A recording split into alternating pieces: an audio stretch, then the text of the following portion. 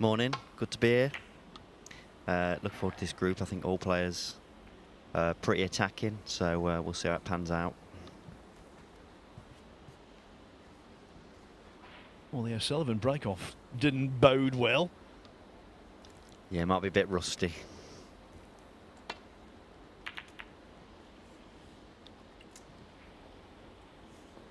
I think it'll be, you know, whenever you play Ronnie O'Sullivan, it's a big day, but first time for Farakh to experience it. Looking forward to see how he handles that, and if you get some early chances, hopefully settle down and play well. So, Michael, you've not only played O'Sullivan, you've beaten him. What's the key? What's the key to performing at your best, given the intimidation factor of coming up against the Rocket? I think that is part of it, the intimidation factor. As players, we're all fans of him because he's so amazing. But when you play him, you have to sort of put that aside and just play your own game. And it's something I've always been able to do, funnily enough. I don't really never bother doing playing. I just get on what I'm doing. And if if I play well, I've got a chance. But yes, I think it's very, very easy to be intimidated. So you've got to try and get over that, really. And play well, because even if he plays bad, it's probably all right. Well, bad for him is all right for most.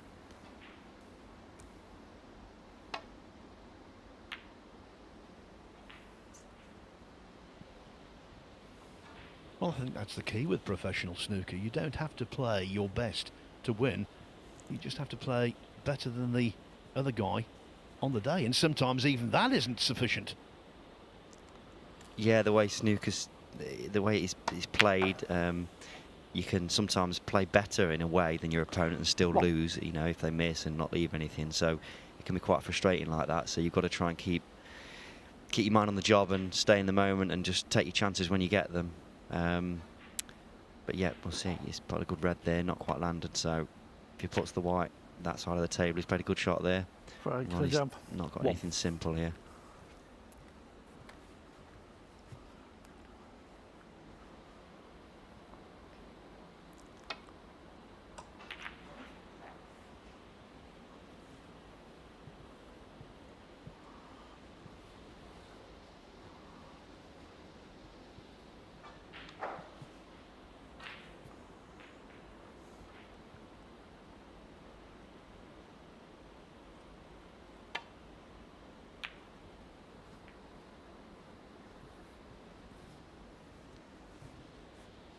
I'll get this in early so you can get your entries in early. We've got another competition for you today. The winner receives 2 tickets to the Champion of Champions, end of October, early November, up in Bolton. Always the double kiss is narrowly avoided. And the 2 tickets will be for Ronnie O'Sullivan's group. So you will get to see the Rocket at least on one occasion.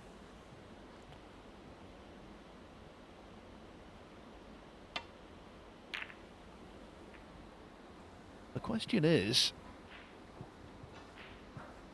in early May this year, O'Sullivan won his 7th World Championship at the Crucible. How many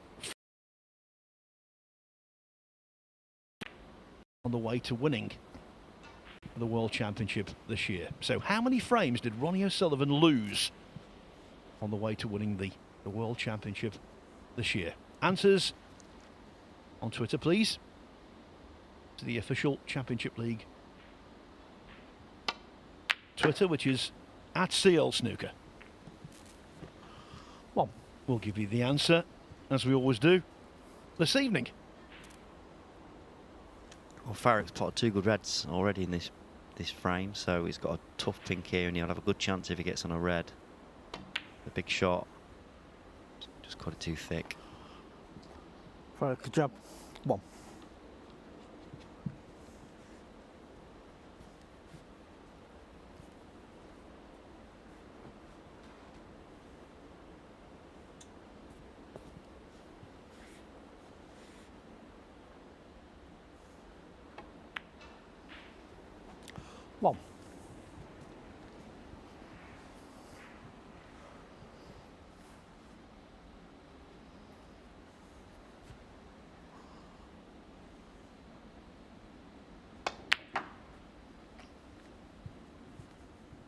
Now, if you didn't know what the intimidation factor wasn't, well, that pink, I think, sums it up. And if he's on the red just above the black, that was an outrageous shot. I don't think he quite is. Yeah, it was a fantastic shot, and like you say, with the intimidation factor, one of the most intimidating things is when you play him is that he can go out there and play like he's in his living room, and just hit shots like that. That he seems so relaxed and in control of himself. And if you're a player sitting there feeling a bit edgy, it's so intimidating. And he gets in, and before you know it, the balls are everywhere. He's just such a brilliant snooker player. Everyone, of course, zoned in on the fact it was his 7th world title, which was a 15. A record-equaling achievement at the Crucible. 16. Emulating the record of 7 from Stephen Hendry, but so many other records involved. It was his 39th ranking title. Yeah, he's everything. He's amazing. I mean, we've all known he's the best for quite a while now, and he's just, you know, chipping away at 22. all the records. But yeah, I mean, he's just the greatest ever, isn't he? 23. I really think it's indisputable. Yeah, I think within the game, most players have thought that for like I say, quite a few years now. It's just it's not so much just what he does, the way he goes about it. You know, he's got flair. He's just everything. His demeanour around the table is brilliant, and this looks perfect. No, it's pulled up. I know it is 30. all right. I think these tables played so quick the other day. The white just keeps on going, and look how he's just judges that perfect. So. 31.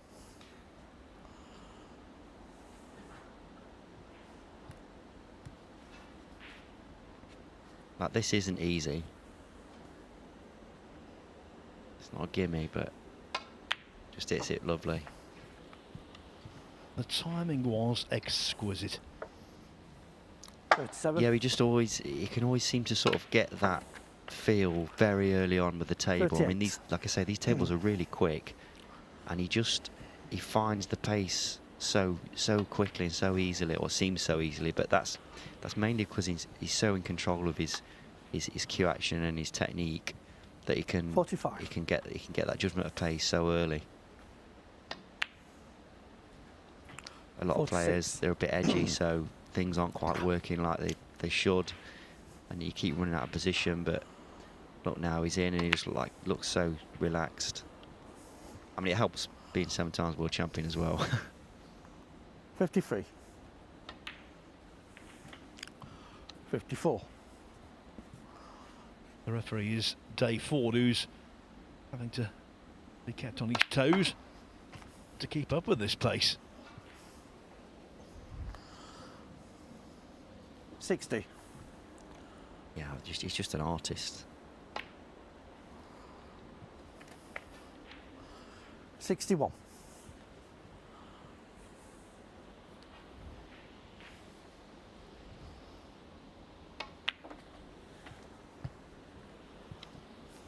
64 in front, 59 on, so the first frame 66. is effectively in the books. Might play a cannon here. Yeah, 67. it's been a little bit unlucky.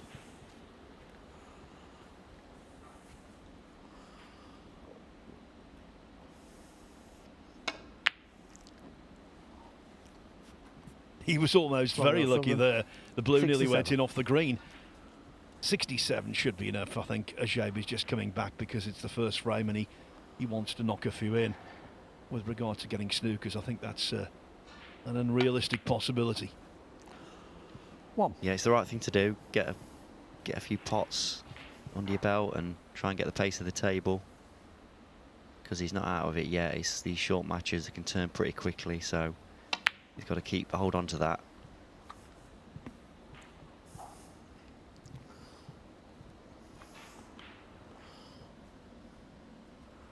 8.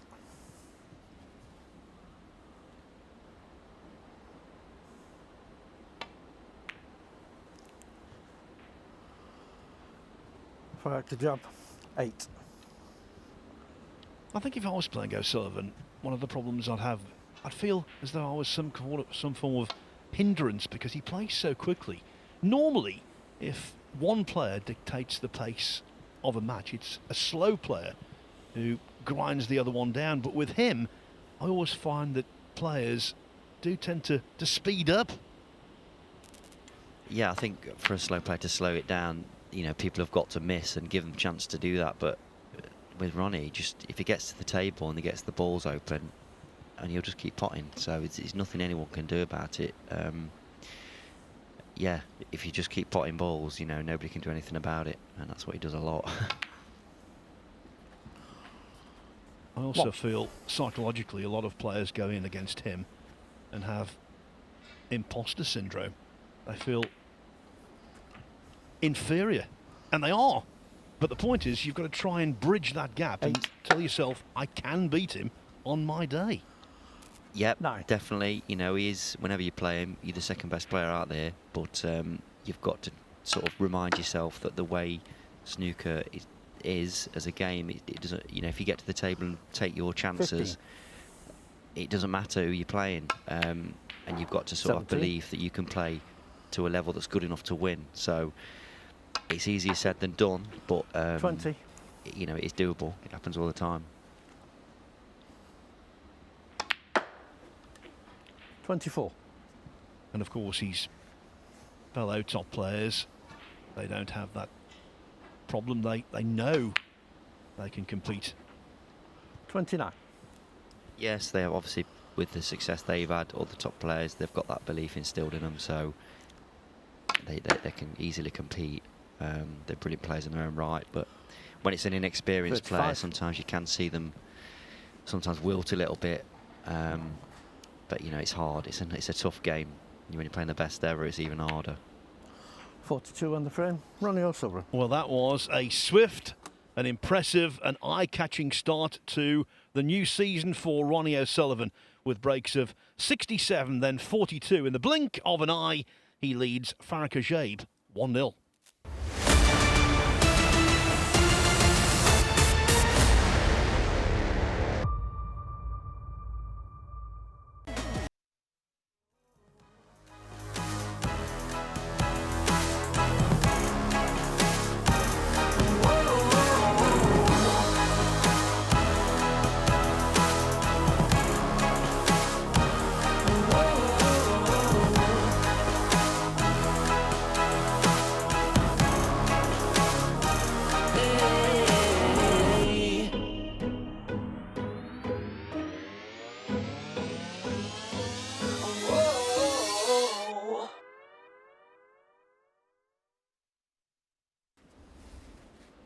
The rocket is already looking good. Ronnie O'Sullivan has taken the opening frame against Farakh Ajaib. And I just get the impression, with the way he played in that first frame, the way he timed the ball, Farakh Ajaib. To break. I think he could be a handful today. Not exactly a big statement, but sometimes at the start of a season, even the very best are vulnerable. Yes, yeah, you've called that one. Yeah, you can. You know, everybody's a bit rusty, no matter who you are, if you don't know how much he's been playing. But it's very easy to lose that sharpness, that match sharpness. But I don't feel like he's lost it. 1. Again, these tables run on so much. Yeah, we use the Rasson tables for the Championship Leagues, the ranking and invitation tournaments, and they're also used for the Champion of Champions, which is an event that O'Sullivan has prospered at in the past.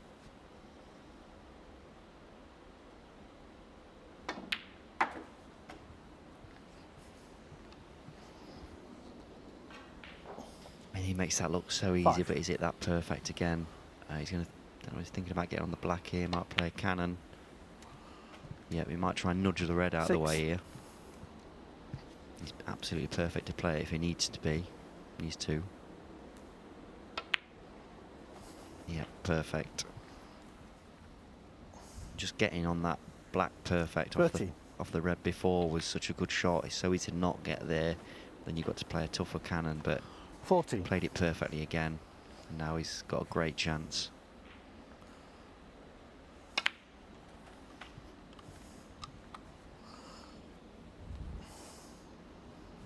21. Again, absolutely perfect. The perfect angle to get perfect on the 22. black. Makes it look so easy.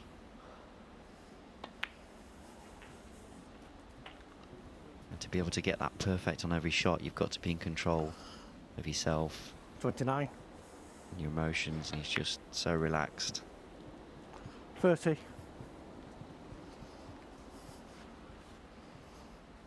don't know whether he'll play a cannon here, maybe not. Got a chance if he wants to screw into that red. Yeah, there we go. But he wants to catch it a bit thinner and go up 37. into the reds, but he's just caught it not quite right, and don't know whether he's landed now.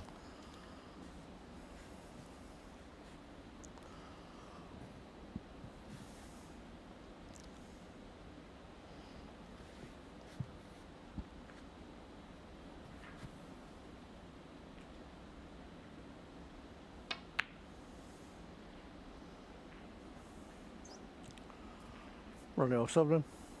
37.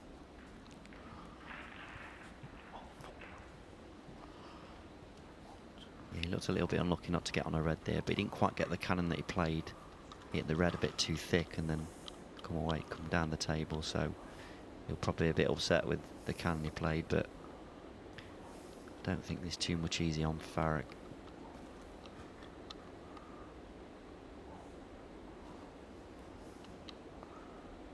And what is on, he's under pressure with. Yeah, the red staying up the table means he couldn't run up there to hide, so he's had to come back behind the black, and he's not played too bad a shot there, but he's left a red, but he's fully committed if he goes for it, but now he's screwing back.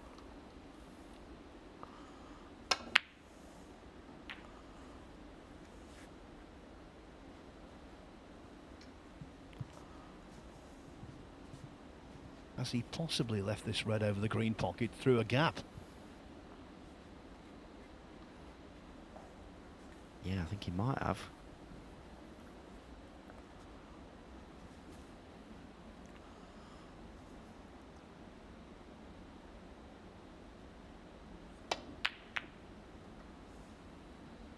No, he didn't, but he's played the red in the middle and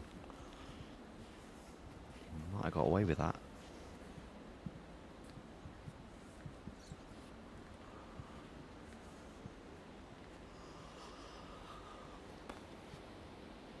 Yeah, when Farakh Ajaib missed that red, he must have feared the worst.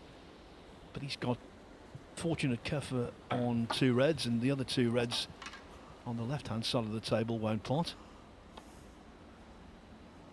Thank you. Yeah, that's why this game's so unpredictable. He's not left Ronnie a chance to really put him in trouble either, so he's had to play sort of containing safety shot. And this could be a re-rack if it, unless he's got a red he can pot.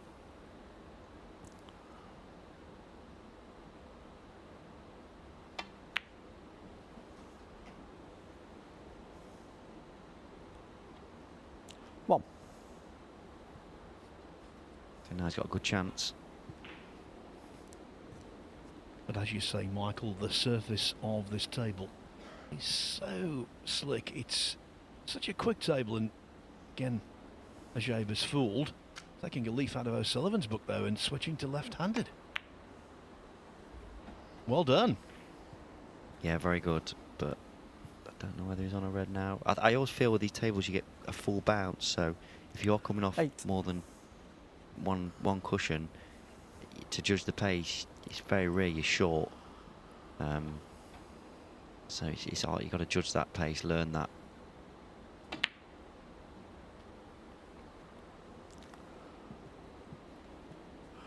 Farakh Ajaib. 8. Looking at a gap here, the gap we thought that Ajaib might have. 1.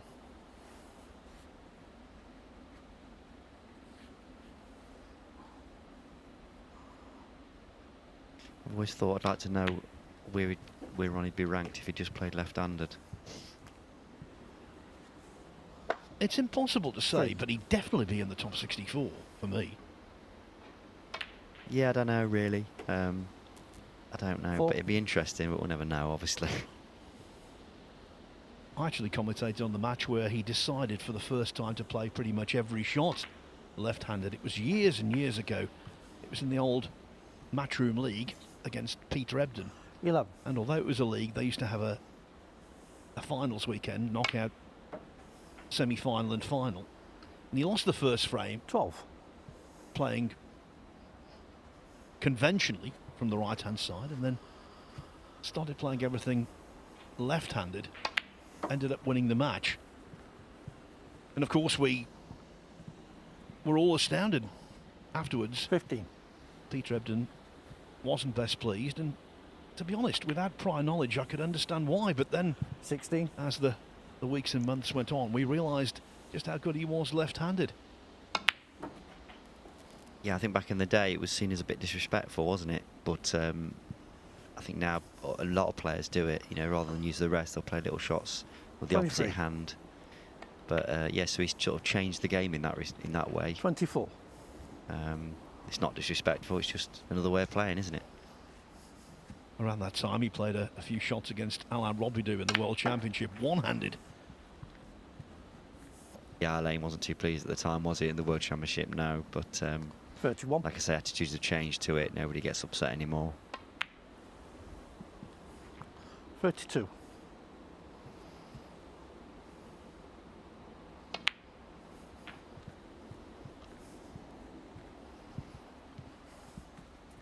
I just love his judgment of pace whenever I watch him. It's just, it's brilliant. 39.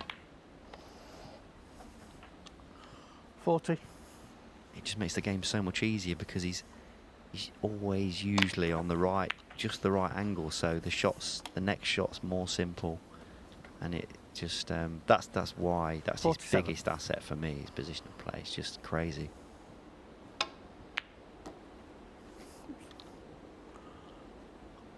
48.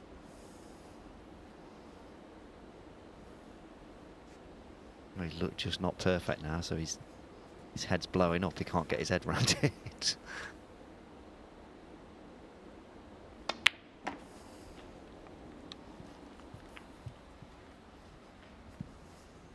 And they always get lucky flicks. 54. They being people who win tournaments, Michael, is that who you're referring to? Yeah, I'm not bitter. Ronnie O'Sullivan. 54. And the frame. So with breaks of 37 and 54, Ronnie O'Sullivan. Rapido takes a 2-0 lead over Farakh Ajaib. He's now a couple of months on from winning that world title, but he looks just as good as he did at the Crucible in early May.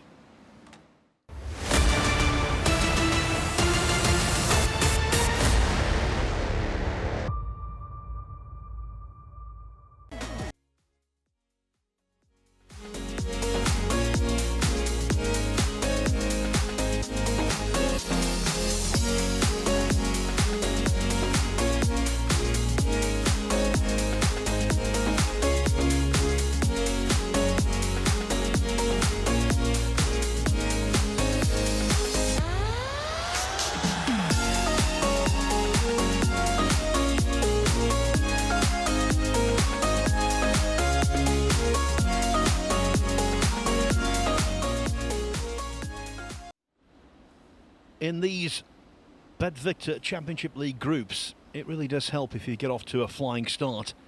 And Ronnie O'Sullivan looks set to do just that. He leads Farakh Ajaib 2-0. Frame 3. Ronnie O'Sullivan to break. If he wins this one, it is the ideal start to his campaign.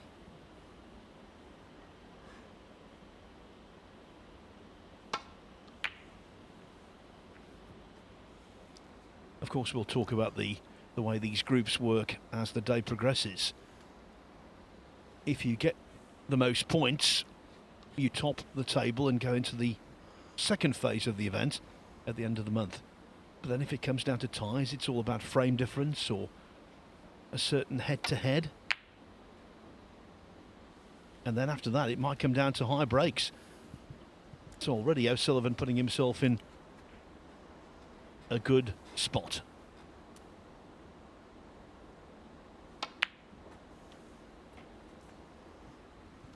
One. Right, so it won't surprise me if he tries to get rid of that red above the black very quickly. And that's what he's done. I think he might be a bit too short there. 6. I'll try and power through the black there, yeah. The sort of the red, sorry. And again, they always get lucky kisses, don't they? It'd have been unlucky not to land there, to be fair.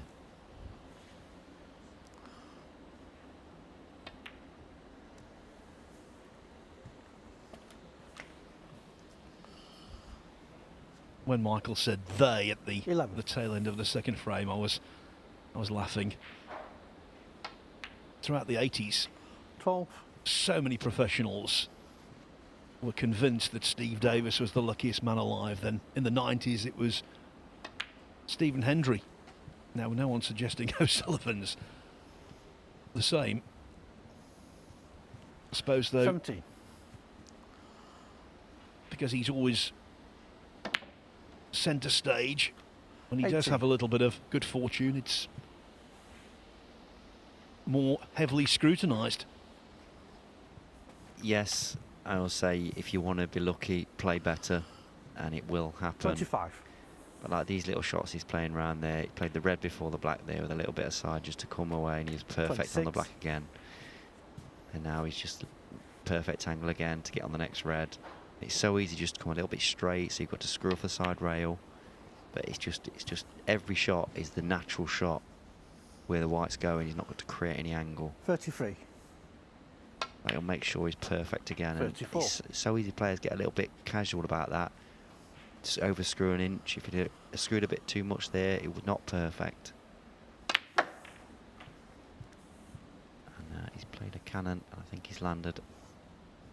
41.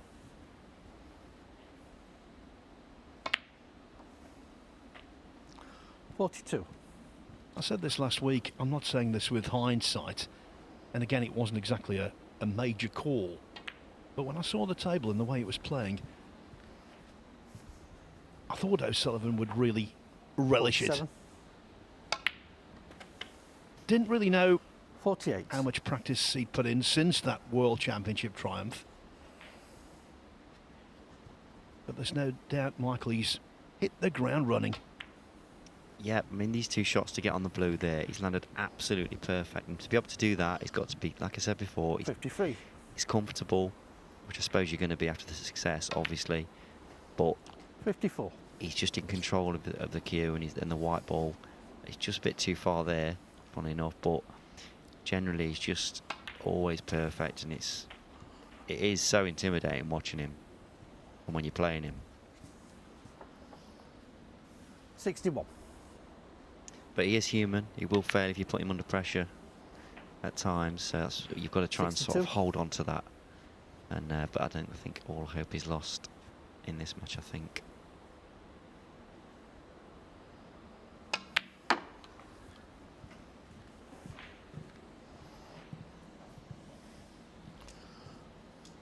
$65.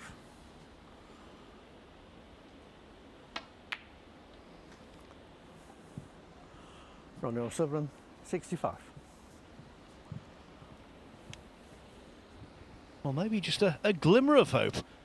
O'Sullivan breaks down on 65. 5 reds left, so a possible 67 clearance available for Farakh Ajaib. Definitely, this could be a bit of drama.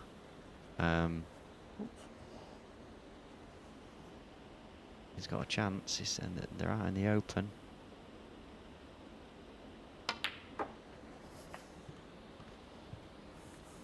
That's a good shot. The match on table 2 to open proceedings in Group 27 is being outpaced. No surprise there. I can tell you Jamie Jones won the opener against Andres Petrov. So now he's got to, I think these reds go if he gets behind them, so he's got to get perfect on the next colour so he can get behind them. And 9. think he might be able to do that if he tops off 2 rails here.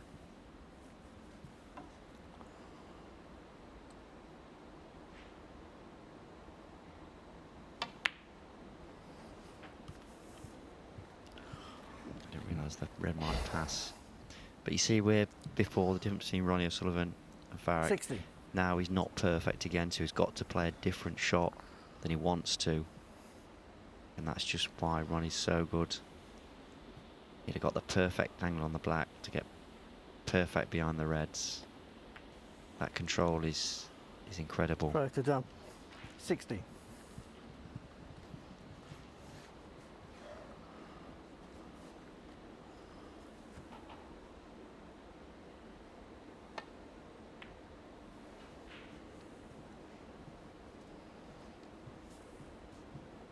Any young player want to look at watching Ronnie, just watch his cue ball. That's the key to being a top player.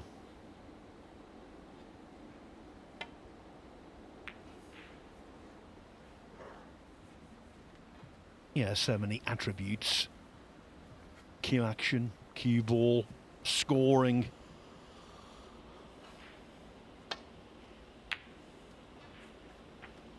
Potting. 1. The absolute lot. And when needs be, tactical awareness, which has served him well over the last decade in particular.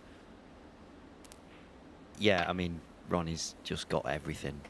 He's a student of the game as well. I know he walks around like he's not interested at times, but 5. he's very well drilled. He knows everything, what he's doing. He's in control of everything. He's just, yeah, he's a master at the game, really. Ronnie O'Sullivan. 5. 54 in front, 43 on. So Ajaib needs 3 snookers.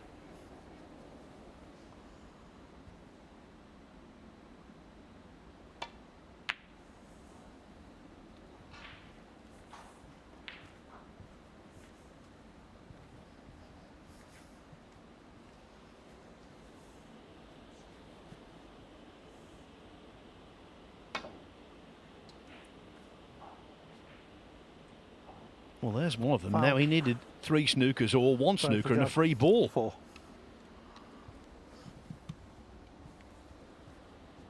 Dave Ford remains silent, so no free ball.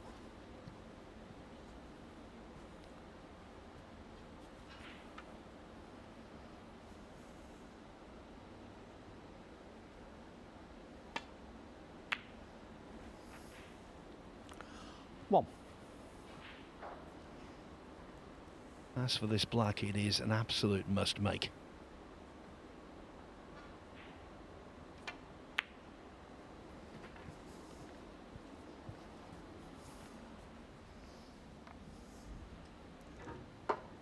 Eight.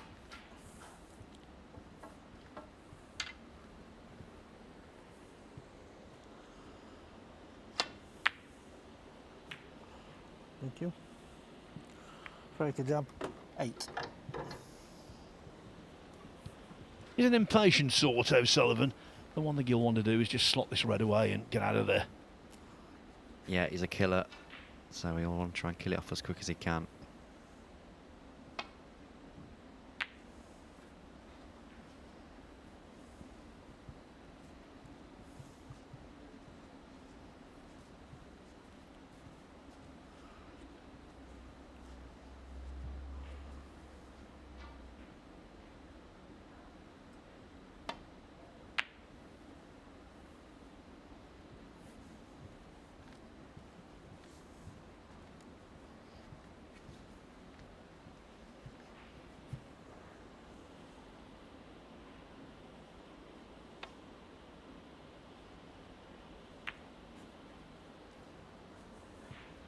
Farakh's just got to keep chipping away though, because you never know, stranger things have happened.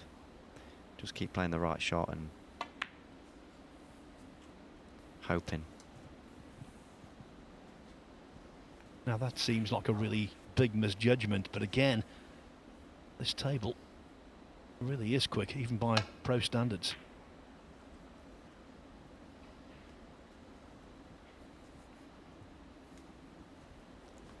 And the balls are actually in a nice position for snookers if you can get a chance. free balls come into play if you put the red in a good spot. So keep chipping away.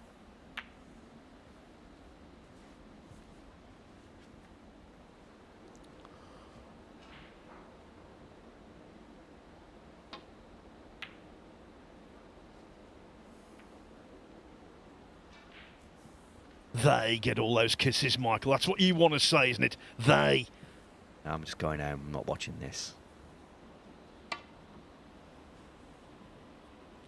Foul.